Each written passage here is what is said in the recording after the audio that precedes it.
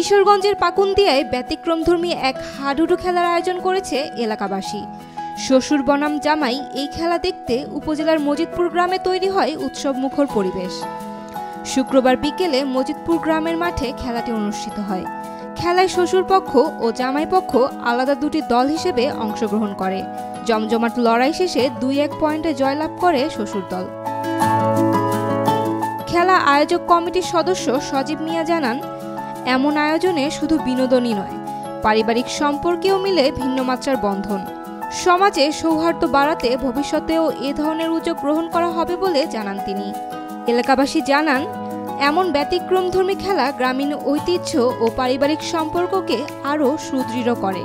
এই খেলা শুধু হাডুডু না, পুরো গ্রামে একটি মিলনের উপলক্ষ তৈরি করে। খেলা শেষে বিজয়ী দলের হাতে পুরস্কার তুলে দেওয়া হয়।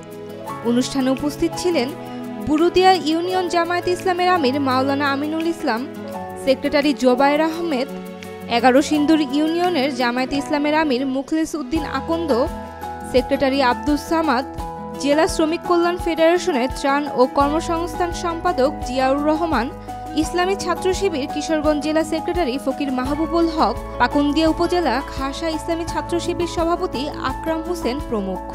এলাকাবাসীর প্রত্যাশা, ভবিষ্যতেও এরকম ব্যতিক্রমধর্মী আয়োজনে মিলবে আনন্দ আর সৌহার্দ্যের বার্তা। Saim Akhtar, Daily Sun. For more updates, follow us on Facebook, subscribe our YouTube channel, get the latest update on www.daily-sun.com.